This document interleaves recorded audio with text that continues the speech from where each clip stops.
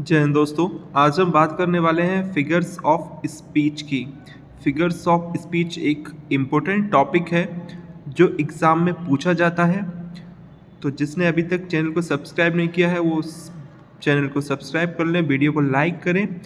हम इस तरह की वीडियोस जो आपके एग्ज़ाम के लिए इम्पोर्टेंट है वो लाते रहेंगे।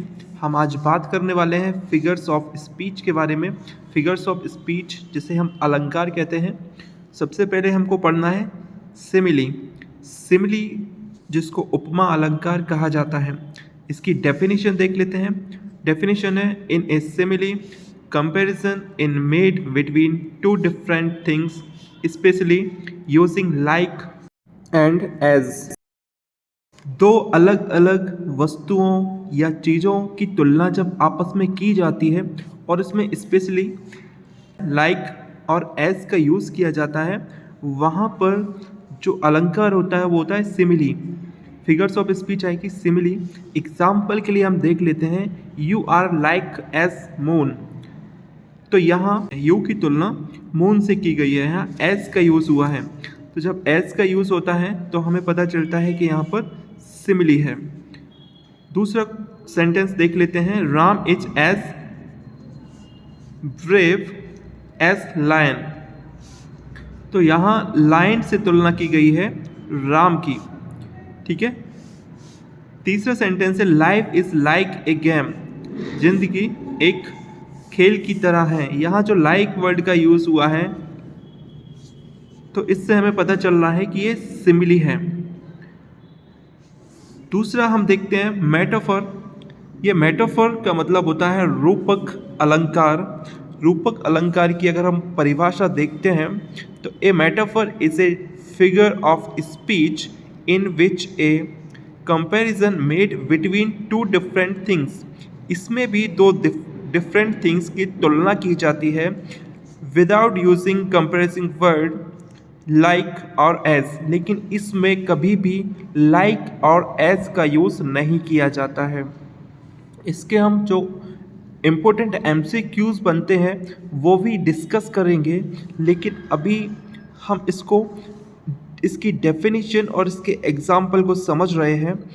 इसमें जैसे हम सेंटेंस देखते हैं राम इज़ लायन, हमें पता चल रहा है कि राम की लायन से तुलना की जा रही है, लेकिन यहाँ एज और लाइक का यूज़ नहीं हुआ है। सीधा सीधा बोला गया है राम इज़ लायन। इससे हमें पता चलता है कि ये मेटाफर है। दूसरा एग्जाम्पल अगर हम देखें यू आर माई फैमिली, तुम मेरे पारिवारिक सदस्य हो या तुम मेरा परिवार हो। तो इस बात से हमको ये पता चल रहा है कि ये मेटाफर है, इसमें लाइक और एज का यूज़ नहीं किया हुआ है। उम्मीद है आपको ये समझ आ गया होगा। हम आगे बढ़ते हैं। आगे हम देखते हैं अगला अलंकार पर्सोनिफिकेशन। पर्सोनिफिकेशन का मतलब है मानवीकरण अलंकार। किसी वस्तु की तुलना, निर्जीव वस्तु की तुलना किसी सजीव वस्तु जैसे की जाए तो उसको हम कहते हैं मानवीकरण अलंकार। मानवीकरण अलंकार में दोस्तों जैसे फूल को मुस्कुराता हुआ बताया जाए या धूल को आकर्षक बताया जाए तो उससे हमको लगता है कि इसमें कुछ ना कुछ मानवीकरण है। इसकी डेफिनेशन देख लेते हैं giving human characteristics to inhuman object in personification lifeless object and abstract ideas are thought of as living being. इसका हम एग्जाम्पल देख लेते हैं दोस्तों the sun smile down on us. अगला एग्जाम्पल हम देखते हैं the story jumped off the page. इसमें सन को मुस्कुराता हुआ बताया गया है और दूसरे में स्टोरी को जंप करते हुए बताया गया है, जबकि ये दोनों निर्जीव इनको माना जाता है। इम्पोर्टेंट टॉपिक है पैराडॉक्स। पैराडॉक्स जिसको हम बोलते हैं विरोधाभास अलंकार। इसकी डेफिनेशन देख लेते हैं a paradox is a statement that contracts itself or a situation which seems to defy logic. Paradox is a statement of groups of truth statements that seems to contradict each other what imply truth। तो दोस्तों paradox जो है, जब किसी बात करने में जहाँ विरोधाभास जैसा प्रतीत होता है वहाँ पर पैराडॉक्स अलंकार होता है।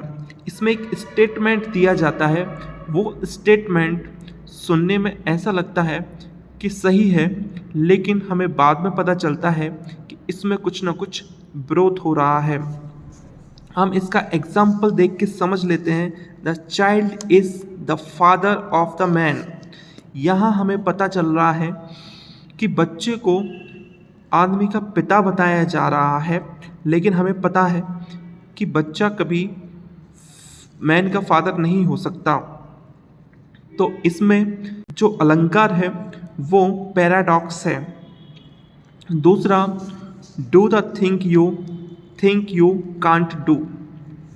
यहाँ पर विरोधाभास जैसा प्रतीत हो रहा है।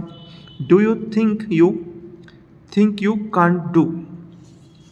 अगला एग्जाम्पल अगर हम देखें, if you can't risk anything you risk everything. इसी तरह से एक एग्जाम्पल देखकर और हम समझ लेते हैं, listen to the sound of silence.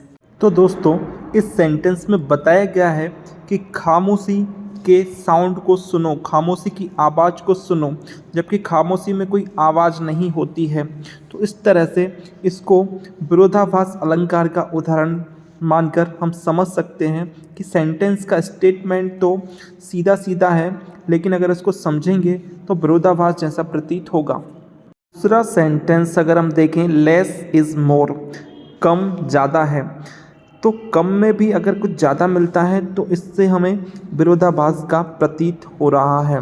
अगला देखते हैं, आयरनी जो होता है वो व्यंग्योक्ति है, मतलब जहाँ व्यंग्यात्मक बात की जा रही हो या निंदा अलंकार, वहाँ पर होता है आयरनी की डेफिनेशन अगर हम देखें दोस्तों, the use of words that are the opposite of what you mean as a way of being funny.